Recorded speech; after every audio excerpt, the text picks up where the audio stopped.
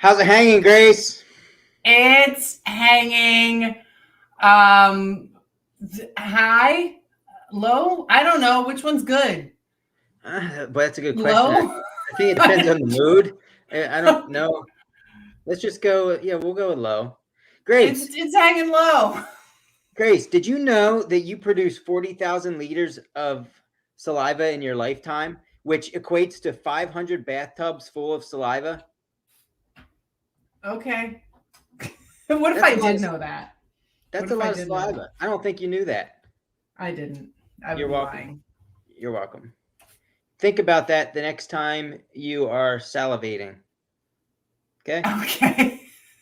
All right. Got it. Grayce, this is our show, so we should probably start it. You want Yeah, to? let's start it. Yeah.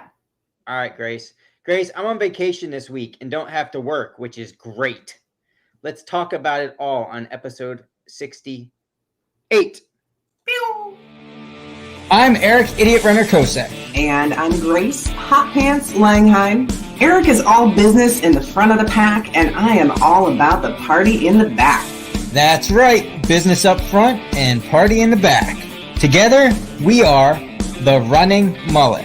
And we are going to talk about every aspect of running, the podium to the DNF and everything in between. If you are a runner, this show is for you. Now sit back, get out your foam roller, and enjoy the party.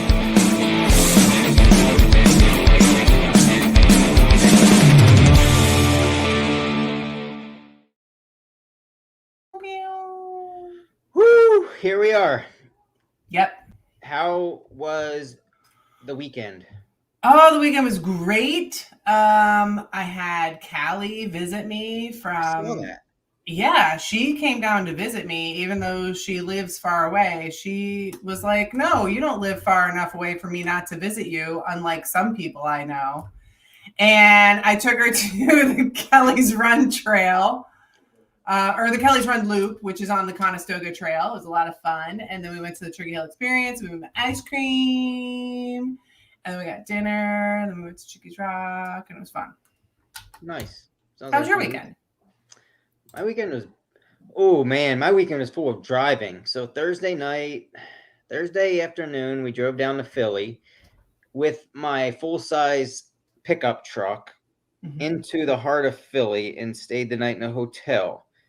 And so we had a parking garage that night, and then we had to move because Lauren's track meet was like 3 miles away. So we had to drive to a different parking garage.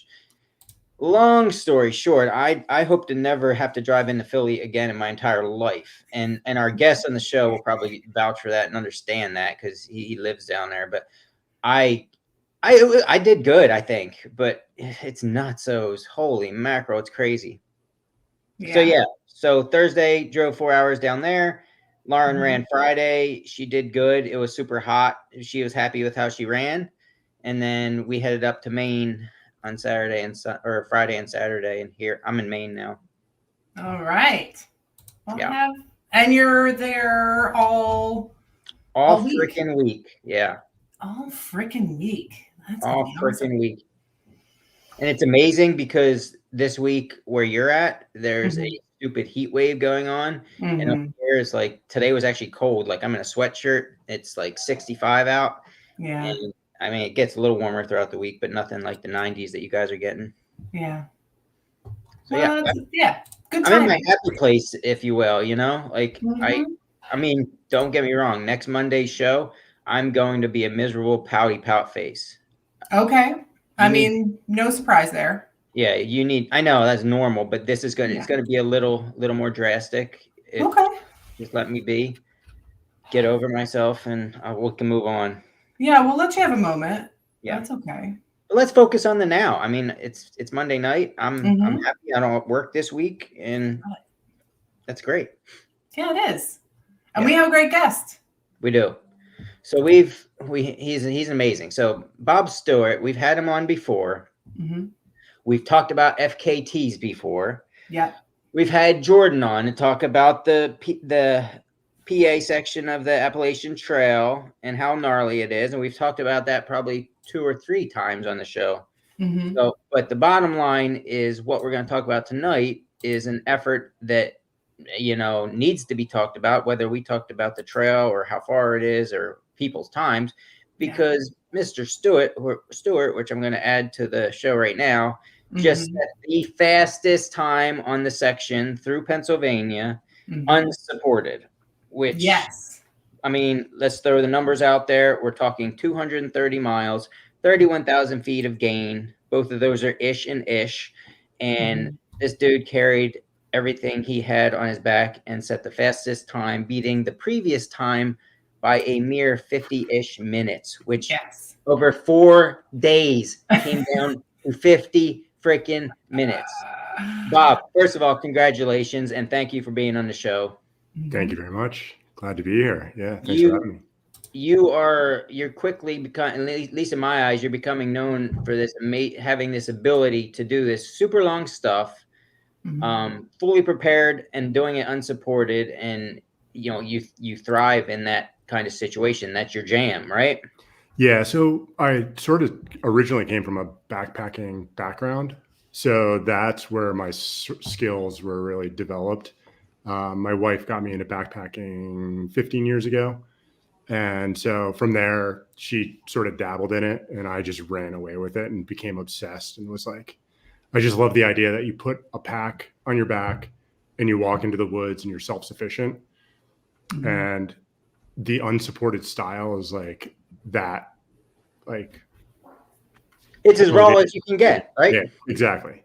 Yeah. And so it all started with my whole goal. I might have mentioned this in the last one, but my whole goal was to hike all. I think there's 18 Pennsylvania state forest trails. There's 20 if you count the Standing Stone Trail and Laurel Highlands. And I work full time, so I can't take off, weeks and weeks to hike these trails. So I just started hiking them really fast, and I realized that it is not just fun to hike them in general, but it's really fun to hike them fast, like a totally different experience. So I think we probably have quite a few questions for you, but the one that pops into my head real quick was, did you use that same homemade pack of yours that you stitched together, or did you use a different one this time? I used the same pack, and that's if you look at my gear, every piece of my gear is like modified and re-sewed, and I have like little tweaks to everything, just because when you're doing something like this, it just like little like creature comforts, like having my inReach in a certain spot, so I don't even have to like fiddle with it. I just like push a button to send a message, and like spots for the charger, so I don't have to take the pack off, and I readjust. I basically like disassembled the pack after the Tuscarora FKT, redid the shoulders, and then attached the shoulder straps back on. So it's sort of the same pack. It's a lot different, but I did use that one. Yep. So I guess we'll start out, unless Grayce, you have any questions right off the bat. Just take us through the whole ordeal from the beginning to the end. I mean, let's face it, you beat the record by 50 minutes, which is huge, but it's not that huge. So if you know what I'm saying, it is, but still you beat it. But did it go as planned from the beginning? I mean, I guess go ahead and start from the beginning. Where did it go good? Where did it go bad? What stood out as good stuff to tell us about? Well, so the most ridiculous thing was that it's kind of comical that in my so I can take 100,000 steps over 5 days, and I don't fall. It's very deliberate, and there's a lot of hazards that I encounter when I'm out on the trail. But in my everyday life, I'm quite clumsy, and I bang into things and hit my elbow and fall off my bike.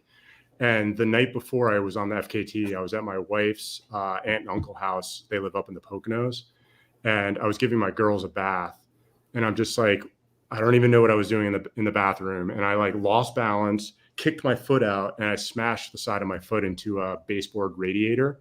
Oh no! And cut a 1/4 inch by 1/4 inch sort of triangular gash in my foot. Oh no! And just perfect. I was like, you gotta be kidding me.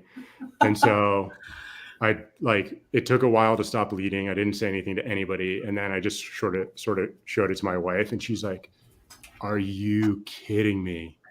And so I asked my wife's aunt for a Band-Aid, and then the night before whenever I started unsupported FKT, I always like leukotape up my feet in the spots that I know I need it.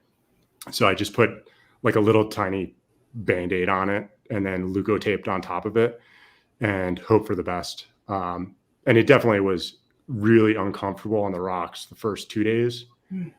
And every step I noticed it. It wasn't agonizing, but when you're taking 150,000 steps in a day, you tend to notice stuff like that. And it honestly, it's just one of those, it's part of the story. All of these FKTs are a story, and it's got like a beginning, middle, and end. It was just part of the beginning. And by day 3, it pretty much miraculously healed itself. The human body is pretty incredible. Wow. Yeah.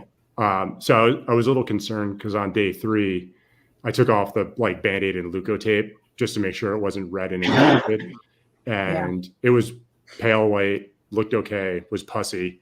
But I was like, all right, we're just going to I had a pad in my first aid kit, put the pad on, like a nonstick gauze pad, put that on, put leukotape on. And I'm like, I'm not looking at it again for the rest of this. It's just, I'll survive. But so day 1 went pretty much as planned. I hadn't, so my plan was I ran Eastern States last summer, and I'd never gone through the night before into the next day. I've always napped. And so through Eastern States, I felt pretty good. I do pretty well with sleep deprivation. And so I went through the night into the next day during Eastern States and just hung out during the day, and my brain was normal. And I decided that I wanted to try that on the first night of the FKT, just to like go all out and then try to go through the next day and then sleep around sunset. And then, so I got to about Allentown Shelter, which is 50 something miles, and got water. And then I started to get concerned that I was going to not be able to, basically I was going to slow down during the day after the first night. And so I decided that I was going to take a nap, like a 40-minute nap. And of course I threw my bivvy on the ground, got into my bivvy, lie down. The second I lie down, it was like 5 a.m., a couple, maybe half hour before sunrise. And the birds just start chirping, which is the absolute worst. And I was like, this is not going to be good. So I just sort of lied there for a bit. I probably slept for 40 minutes the first night, and woke up and so. Now, so that first day, did you have certain markers along the way that you were like, I want to hit this point by this time and this point by this time? Or do you just have a goal for day 1?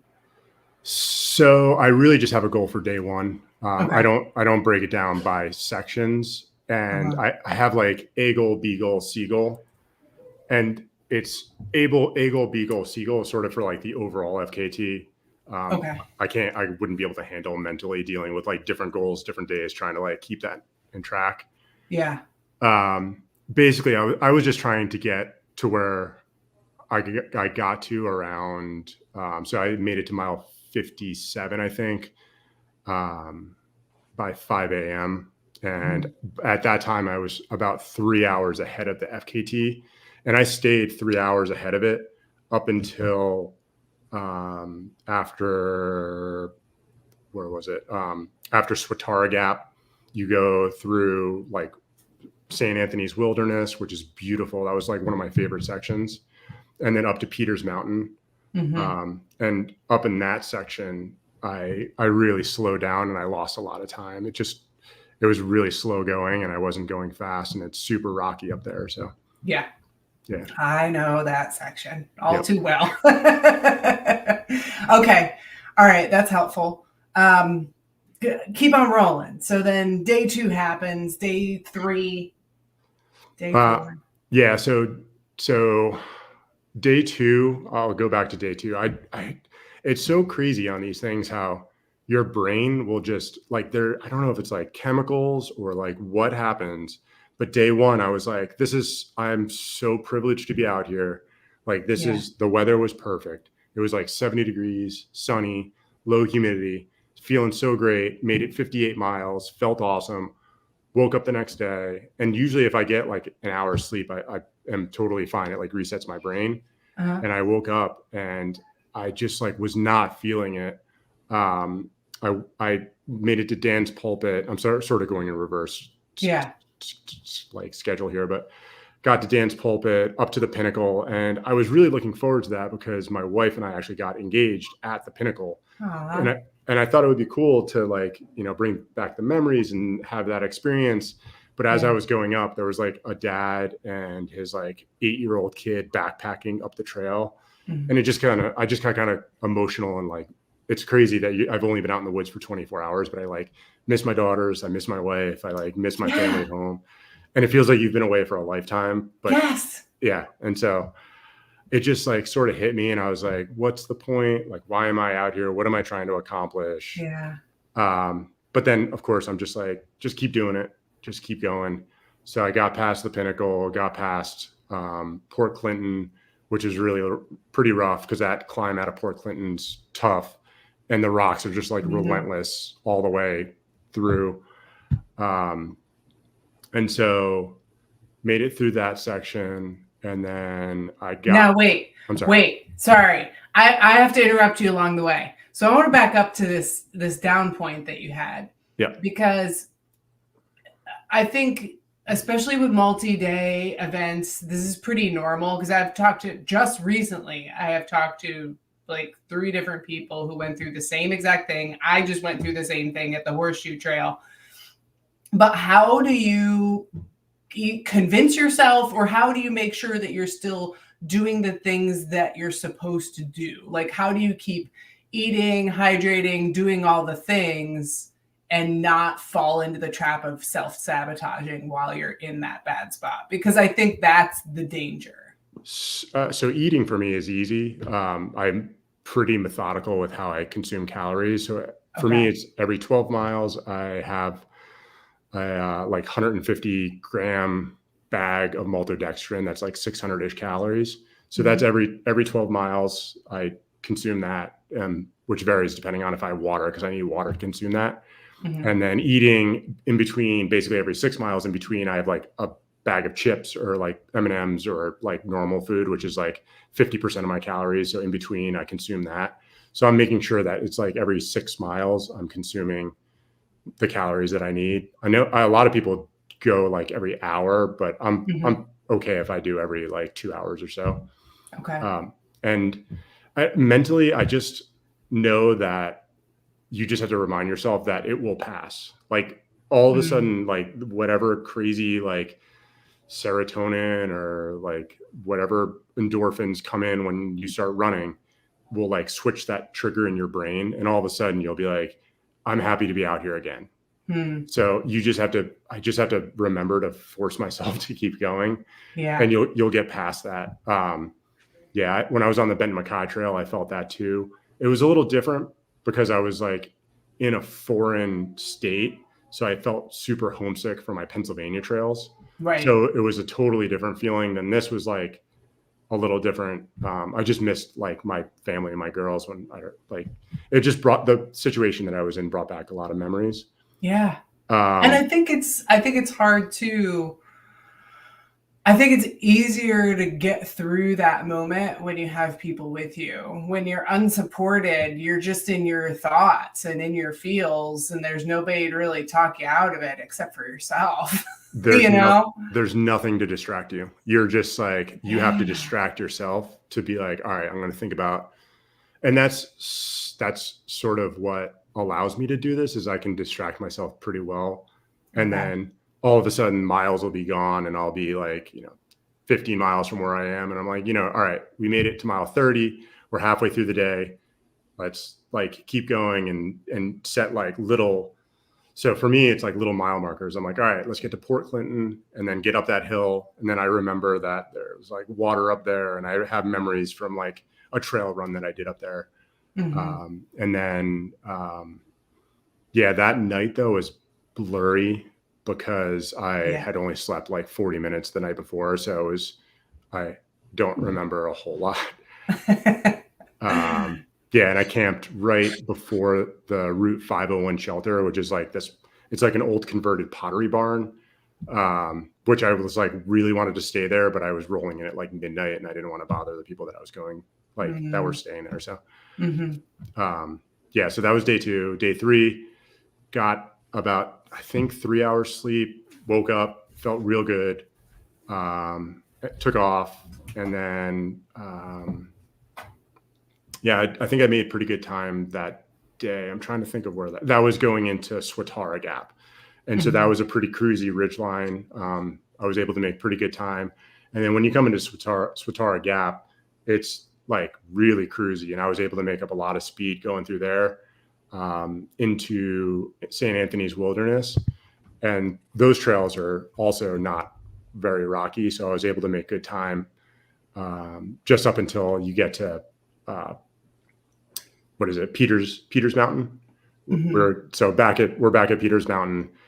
That I was hoping I could make really good time on that ridge, but it's for some reason like every single trail in the world ends up on the ridge, and it's always super rocky. Yeah.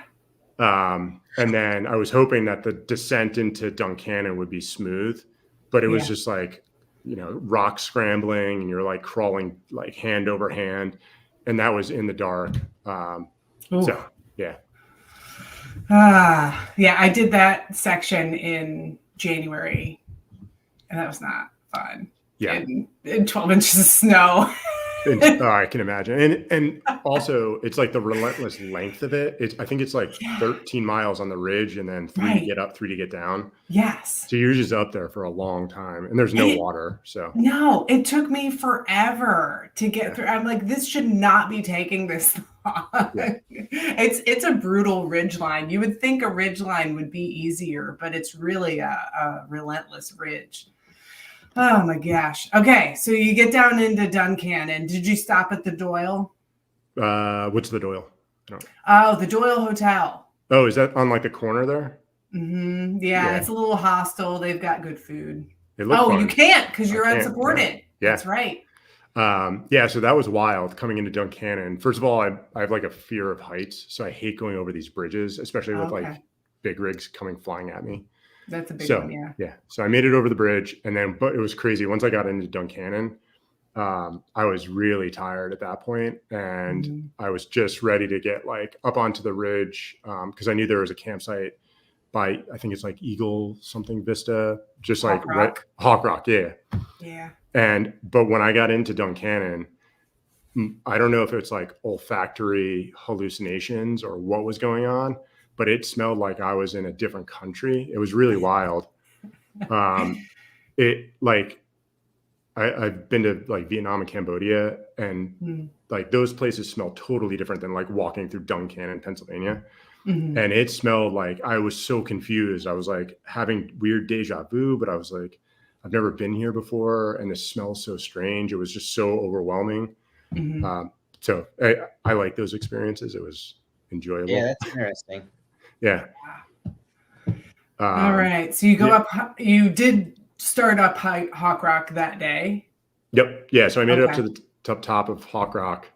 Some poor guy was camped at the campsite at Hawk Rock, and I'm like delirious, and I've got my headlamp on, and it's like shining right into this poor guy's tent. And because I'm like trying to like process what I need to do, and I'm like, I can't camp here. I don't know where I'm going to go. And he's like, "What are you doing? Why are you standing there?" And I was like, "Oh my gosh, I'm sorry." I was like, "I'm just hiking." And he was like, "Are you hiking the AT?" And I'm like, "Yeah, I am. I think I'm sort of hiking it." And so, he just was, I was like, "Can I camp here?" And he's like, "Sure, man, whatever. Like, just stop shining your light at me." So I like paced around for a little bit, but he had a campfire, and it was like still sort of smoldering, and I couldn't camp like downwind of the campfire, and there was nowhere else to set up my bivvy. And I was like, so I just wandered around for like 5 minutes, and then ended up walking like a mile down the trail and just put my bivvy in the woods. Yeah. So. Okay. That's not a bad area. No. Yeah. And I was psyched because I have to thank Jordan. I owe him because I chatted with him a lot, asking him for info and like water sources, just like his knowledge of the trail, because he's got a super extensive knowledge. So thank you, Jordan. But he was like, once you get to Cove Mountain and you come around that backside, the rocks sort of ease up. So you get a breather after that. Yeah. So that would have been day 3 or day 4. You get your breather. That was, I think, 3. Yeah. Basically, that was my final push. Like once I woke up that day. And another crazy thing that I've never had happen before is when I woke up that morning, I was like sweating profusely through my sleeping bag and like through my I have like a Alpha Direct fleece. Everything was soaking wet, and I thought I had like a fever. I didn't know what was going on, but I was like, I don't have time to deal with this. So if anybody knows what that is, I don't know if it's like a body temperature thing or yeah. Now, how much sleep did you get that night? 2 hours. Okay, so this is day 3. Yep. And you're going on 2 hours and 40 minutes of sleep so far? No, so I did 40 minutes, then I did 3 hours, then 2 hours. Okay. And 5 hours and 40 minutes. Yep. So waking up for day 4, you had to realize like where you were at and what needed to be done to get the record, right? So at that point, I knew I was like, either I lost my 3-hour lead and I was like either at the record or behind, because I knew where Cal, who had the previous record, slept every night and what time he started based on his Strava tracks. And so I was like it's funny, there was a podcast with Jeff Garmeyer where he's like, I never do as much math in my head as I do when I'm on an FKT. I'm just doing like division, multiplication, and like dividing by like 3s to figure out different stuff. And I'm like, all right. And it's one of the things that you do to keep your brain occupied. Absolutely. Know? Yeah. just doing, like, I hate doing trail math, but also what else are you going to do while you're out there? So you may as well just do trail math to figure out at what point am I going to get to that cool rock formation. And I could easily just take out my phone and use the calculator, but I'd like rather try to struggle. And it's also a good barometer of like how wacky I am with sleep deprivation. Yeah. I'll like lose track of like, 120 divided by 30. I'll like lose track of it. And then I'm like, all right, I'm pretty bad right now. Okay. So you start day 3, you know what you have to do to get done. Yep. And now there's still plenty of rocks in Rocksylvania at that point, but you're starting to let up some. Yeah. So I knew that from the point where Cal slept, which was just north of wherever the Tuscarora Trail runs into the AT on that mountain. He averaged 23-minute miles from, it was like 72 miles. He averaged 23-minute miles. And so basically I was like, I can beat that. I can do that. And so I essentially ran as much as I could through the Cumberland Valley because it's super flat, no rocks, going through like fields. And I made up a lot of time going through the Cumberland Valley, nice, which was great. Got back out of the valley into Michaud, which I'm pretty familiar with. I've run a lot of the trails in there. And so that was great. Just cruising through Michaud. Little rockier than I expected. Some like rock features that you're like crawling in, around, and up and over, which slowed me a bit. I wasn't psyched about that, but it is what it is. And then I decided going up to Pole Steeple. It's a pretty good climb. My brain just did like something crazy, like where again, like the like endorphins kicked in and I felt so good and so like euphoric. And I was like, this is uncomfortable how good I feel, because I feel like at some point I'm going to crash. And it's concerning, like so early in the night, because it was about 6 p.m. And I don't want to feel that good before like the darkest hours of the night. So I just like was like, whatever, I'm just going to roll with it. Ride that as long as you can, and then deal with it later. Cruise down into Pine Grove Furnace, which it's a pretty flat section. Good. There's like a rail trail in there. Yeah. Ran into Pine Grove, ran out of Pine Grove. And then once I got to Birch Run Shelter, which it was, I don't know, midnight at that point, I kept doing the math, trying to figure out how much, if I could sleep. And I was like, you know what, I'm going to be faster if I sleep than if I don't sleep at all. I'm just going to be sort of like plodding along, trying to like, struggle through these miles. So I threw my bivvy down, didn't even blow up my air pad, I just lied on top of the bivvy, pulled my sleeping bag over, and then set my watch for 25 minutes. So I slept for 25 minutes, alarm went off, got up, and then just got back on the trail and took off. Nice. Yeah. Nice. So yeah, I just slept basically in the dirt, which was awesome.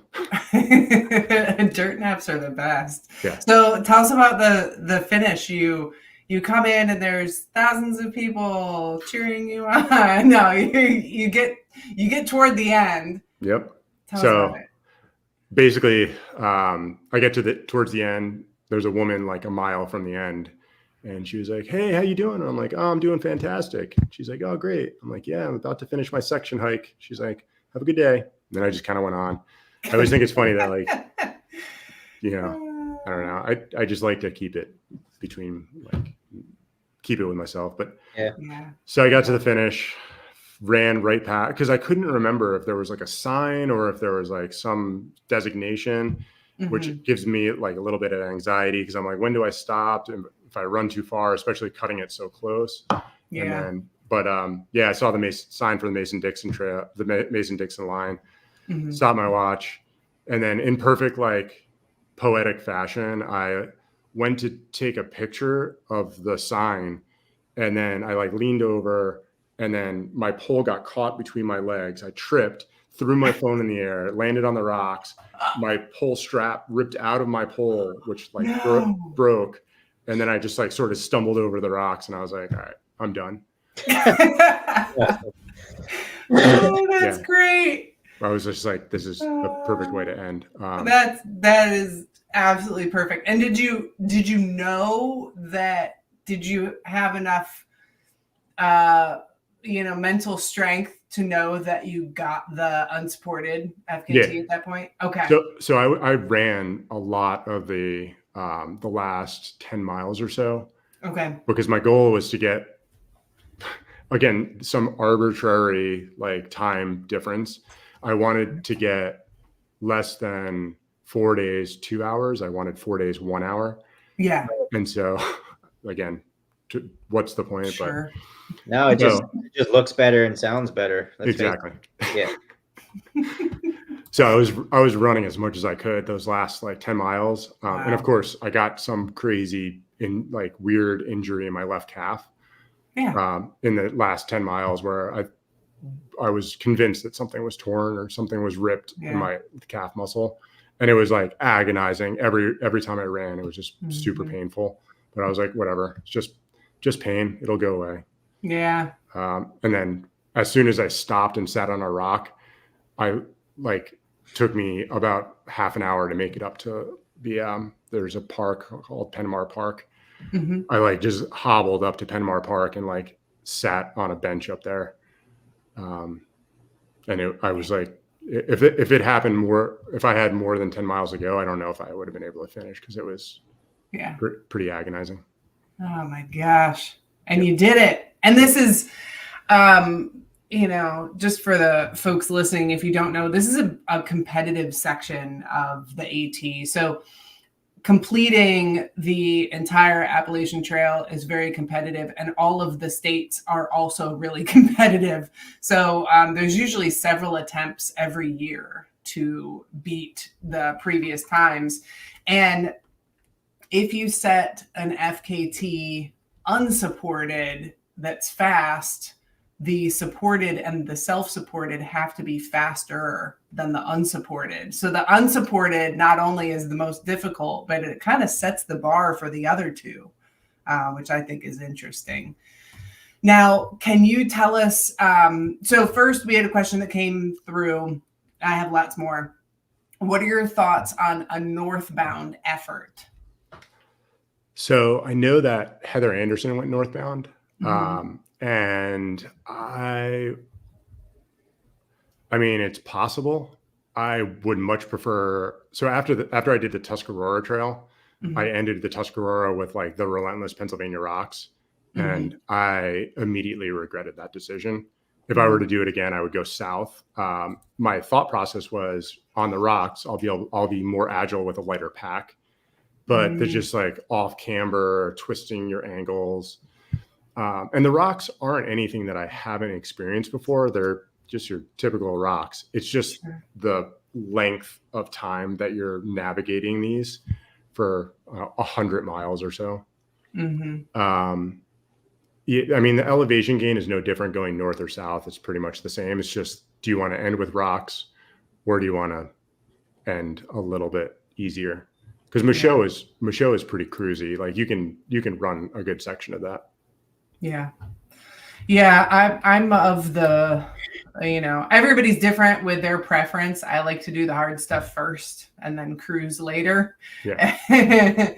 That's always my preference. And you had probably a good feeling coming into this. Was this your first attempt at an unsupported for the Pennsylvania AT? It was. Yep. Okay. But you did the Tuscarora, which for anybody who doesn't know, I believe the Tuscarora is, that's a blue blaze for the AT, right? It is. It was intended to be an alternate if the corridor for the AT was sort of overtaken by like residential neighborhoods. They developed it sort of to bypass in case. I'm sort of glad that never happened, because that trail is really tough. I can't imagine through like a quote unquote normal through hiker going through that, because there's like multiple 18-mile water carries. Wow. Yeah. Okay. Yeah. And so I saw that one. That's the one you did previous to this. And I just want to do a side note about the Chuck Keeper Trail. Is it Chuck Keeper? Kuiper? Kuiper, like Viper. Kuiper. Okay. So the Chuck Kuiper Trail, I saw that in your FKT list. And I know somebody who just attempted it, and they just said it was not easy to navigate at all and fairly overgrown. Has that been your experience? What was the Chuck Kuiper like? So I did that in early May, and the blowdowns are crazy.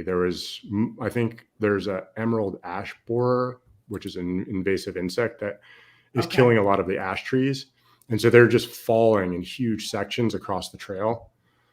So those sections were tough to navigate, but the trail itself is, I had a GPX track on my watch, so getting lost is pretty impossible. All right. I'm going to send her your way. That's what's going to happen. It's not an easy trail. That's what I heard. For the record, the emerald ash borer did kill all the ash trees in PA, and now the problem is they're all standing dead.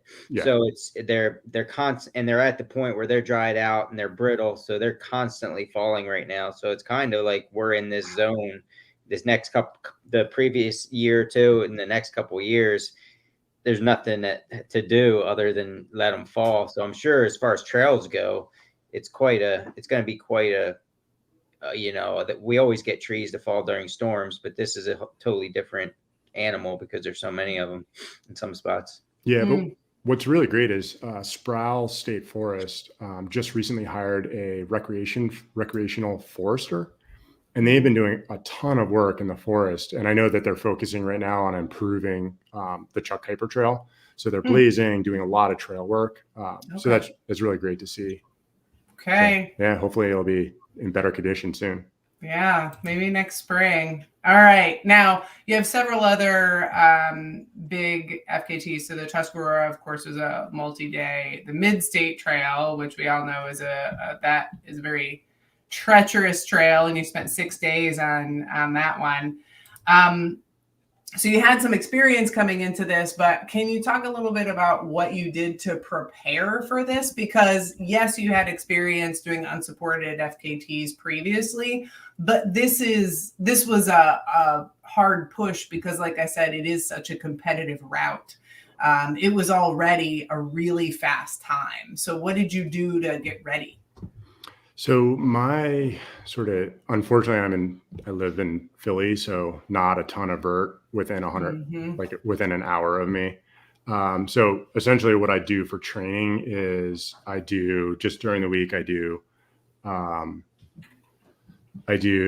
just regular runs through the city. I do like a 7.5 mile like maintenance run.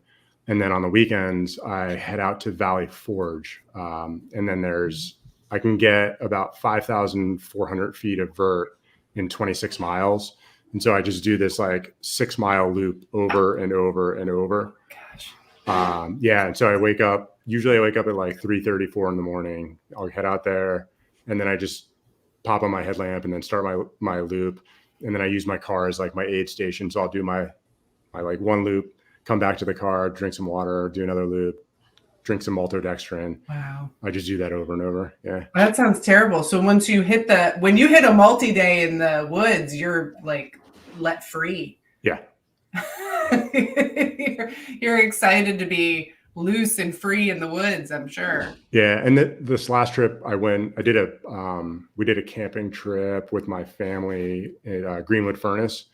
So I did some training runs up in Rothrock State Forest along the mid-state, brought back good memories. And it's super rocky in that section. So that was good rock twisting ankle training. For some of our viewers listening, I just want to clarify, your eyes aren't glowing blue. They are a reflection off your computer screen. I just had somebody message me, so I just want to make sure they realize you are human and it's not a robot. Bob, real quick, not to get off subject, but after you finished this FKT and you beat it by 50 minutes, you went to get yourself some food, I believe, at a Wendy's or something. You told me a quick story that was hilarious. Tell us what happened.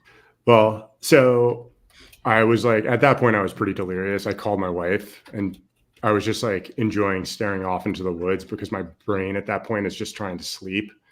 Like, it's kind of wild. And again, this is like part of the whole reason why I enjoy doing this stuff is because you're able to get your brain into places that you would never be able to do in like a normal everyday life. Yeah. And so my brain is actively trying to dream while I'm talking to my wife on the phone. She's like, "You're out of it, aren't you?" I was like, "Oh yeah, oh yeah." And she's like, how are you getting home?" And I was like, "Well, I guess I'm going to try to get an Uber. I have a car rental at Hagerstown Airport, which is about 16 miles away.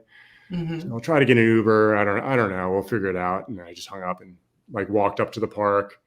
I had ran out of food 14 miles prior. And so food and water. So I was so thirsty, so hungry. And I passed so much trail magic on the trail. And I had to like explain every time, like I am doing an unsported. And so I get up there and I'm filling my water in a bathroom and a thru hiker comes up to me and he's like, "Hey man," he's like, "there's trail magic over in the pavilion." I was like, "Oh my gosh." I was like, "Thank you." So I like hobbled over and some like absolutely delightful people gave me a ham sandwich and some Doritos. And I'm like sitting in the pavilion and they're like, "Hey, you can come over and talk with us." And I told them what I had done. And I was like, "I'm having a tough time talking right now." And the other woman's like, "Just let him be. He just went through a lot." Trail people are the best. That's great. So anyway, so miraculously somehow got an Uber, got it to the Hagerstown Airport. I think it's Hagerstown Airport. Checking in to get the car rental was very challenging. And I was like, trying to deal with all that. Hopped in the car, drove it directly across the street to a Wendy's, parked the car, reclined the seat, and immediately passed out within not even 30 seconds. And then I slept in the car for like 3 or 4 hours. Wow. Yeah. That's a good place to wake up. Yeah. Yeah. But I realized when I was like, should I get food before or after? And I like pulled out my phone and I tried to like figure out the app, and it made no sense to me. And I was like, I should definitely just go to sleep right now. Yeah. Now, it was an unsupported run, but what unsupported rules do you follow? Because everybody's a little bit different. Do you carry all of your garbage with you? What are some of the nuances that you follow? So I carry all my garbage start to finish. I carry everything start to finish. And I initially would not take water from like taps, like public taps. But I decided on the Tuscarora, I took water from at Cowan's Gap. I decided that, I mean, in the rules, it explicitly says you are allowed to take water from public taps. And it just, at that point, I was like, I don't need to be this pure. I don't need to just do all natural sources. So I filled, I think, a couple of places. Maybe, I don't even know if I did. I can't remember, but I'm okay with public taps. But yeah, other than that, no, nothing cached. Don't leave anything behind. Right. Yeah. Wow. All right. What's next? So I need to get what's next that you can talk about? I mean, I'm happy to talk about anything. If somebody's going to go out there and be faster than me, then good for them. They deserve it. I need to get back on the Bent Mackay. I attempted that one earlier this year, made it 180 miles. My ankle swelled up like tremendously. Wow. It didn't really hurt, but it was just like the size of it was concerning. And so just to be safe, I hopped off trail. So I would like to go back and do that one. That trail it's even more rugged than the mid-state, dare I say. It's like, wow. There was just so many blowdowns. It was April, but there's so many blowdowns. It's so remote. I didn't see any people. It doesn't really go through any towns. It doesn't cross any roads. It's a really rugged trail. And the bummer was I was a full day ahead of the unsupported FKT when I bailed. So I had it. I hit a bunch of rain the first day. I was going to hit a bunch of rain the next day. And so I just felt like I wasn't going to put my best effort into it. So it was like the ankle and then everything else. So, and then on top of it, I have a little MP3 player that I store all my podcasts on.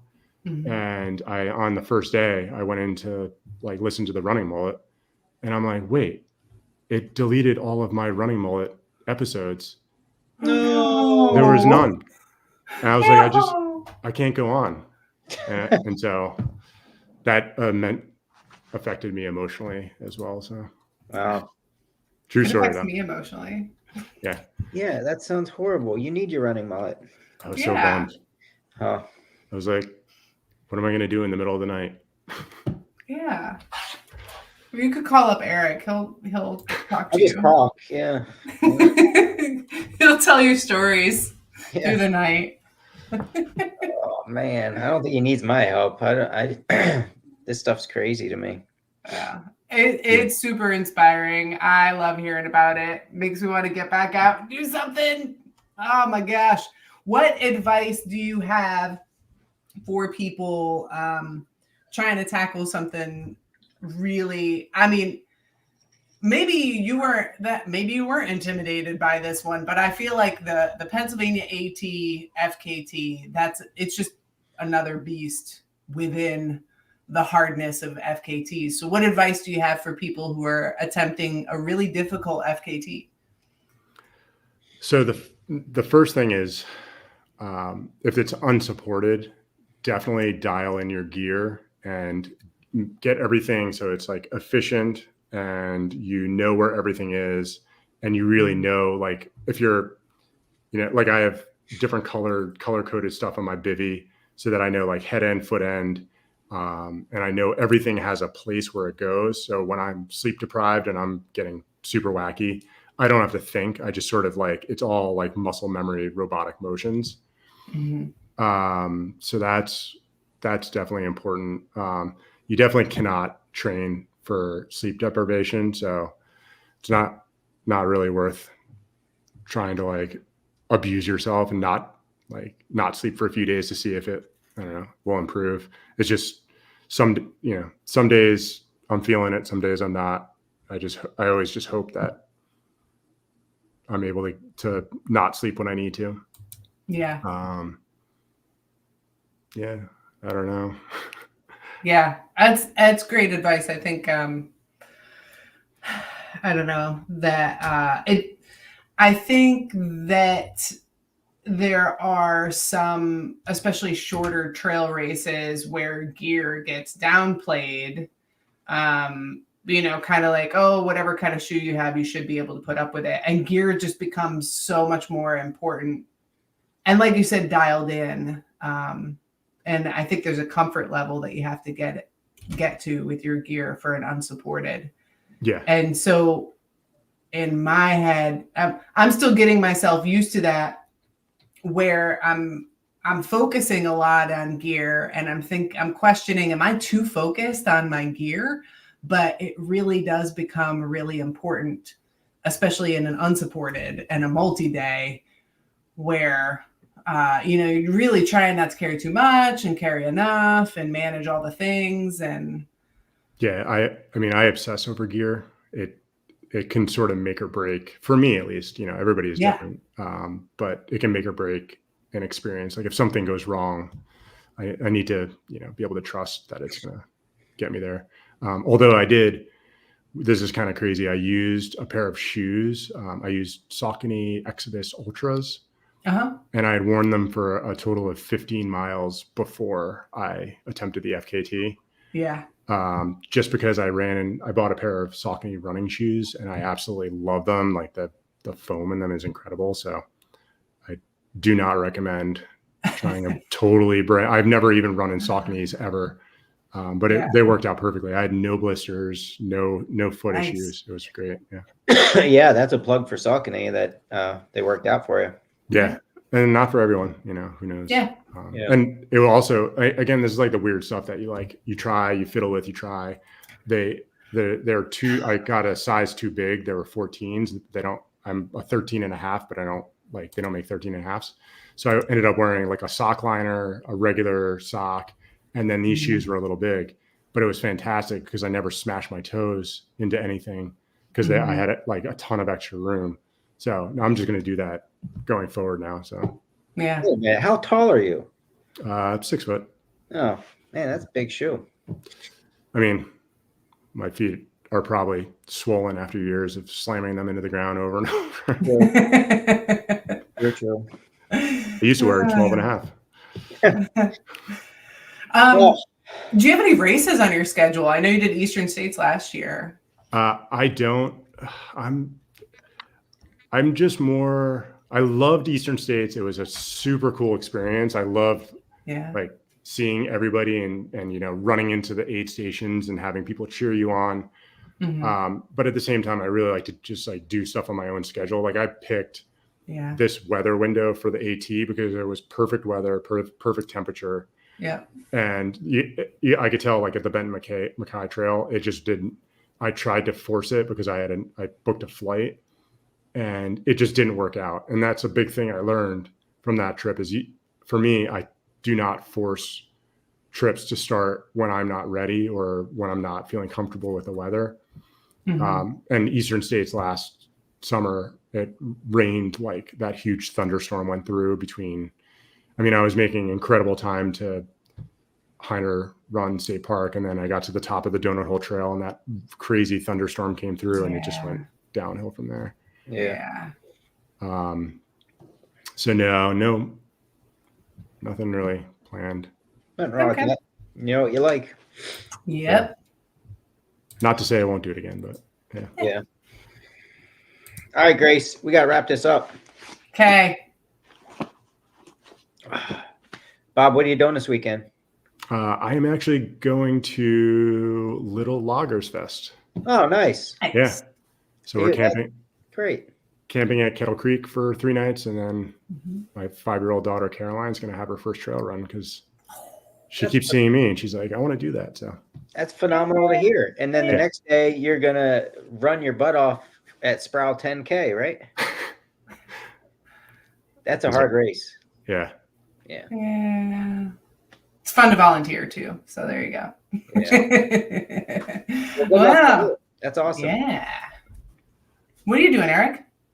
I'm running in Maine. Well, by the time the weekend comes, I'll be traveling back towards you, which sucks. Yeah, I know. Closer to you. Yeah. We're not talking about that right now because I'm enjoying my week. That's right. All week you're going to be running in Maine, and it's going to be amazing. Yeah. What about you, Grayce? What's going on this weekend? Jason and I are celebrating on Thursday is our anniversary, 14 years. Grayce, listen, I don't know why I'm whispering, but tomorrow is our anniversary. Not Really? you and me, but Becky and me. Yeah. Yeah. Becky and I. Yeah. How many years have you been married to her? Thank you. I only have one. She's the first one. Okay, got it. And she's 19. the only one so far. So far. Okay. Yeah, I haven't reset yet. We're still going strong. We're at 19. 19 years. That's awesome. What about you, Bob? How long you been married? Oh, I didn't mean to put you on the spot. I know how it is. So just say a number and we'll believe you. We'll go with it. We've been together for 15 years. Nice. If you ask her, she wouldn't be able to tell you the number of years either. So bad at it. But I'm yeah, so bad it's at not. it. It really isn't. I always have to double check myself, but I double checked yesterday. It's 14 years we've been married, and Nice. then we were together for 5 years before we got married. So we've been together for 19, and we got a little cabin in West Virginia for the weekend. Awesome. Yeah, so that's where I'm going to be. Well, you two lovebirds, enjoy yourselves and happy Thanks. anniversary. And Thank you. You too. we will probably, I think at this point, we'll be back next Monday at 7:30, right, Grayce? We sure will. We will be live again on the YouTubes and on the Facebooks every 7:30 Eastern on right here on Mondays. Yeah. And then we're also on the Spotify's and the iTunes, and leave some comments and some likes for all of the algorithm monsters out there. And we'll have another great show next week. Yeah. Bob, thanks for taking the time to be on. I hope maybe it inspires just one person to go out there and absolutely destroy your time, which is what it's all about, right? I told you when we crossed paths at Eastern States, I said, you go out there, dangle that carrot for me. Yep. No, that's what it's all about. And it's what you did is very impressive, and congratulations on reaching the goal of, doing what you went out to do. And who knows how long it'll stay there for, but that's the whole point. Yeah, and thanks for coming to tell us all about it and share your wisdom and your experience and your stories, so that we can all learn from it and keep on crushing. Yeah, everybody's got to learn to stitch their own vest and make their own stuff in order to do this the right way. It's incredible. Thanks, Bob. Keep us informed what's in the future, and because we'd love to hear about the crazy stuff that you attempt and complete. So keep me in the loop. All right. Thanks for having me. Thanks, everybody. See ya. See you. Bye.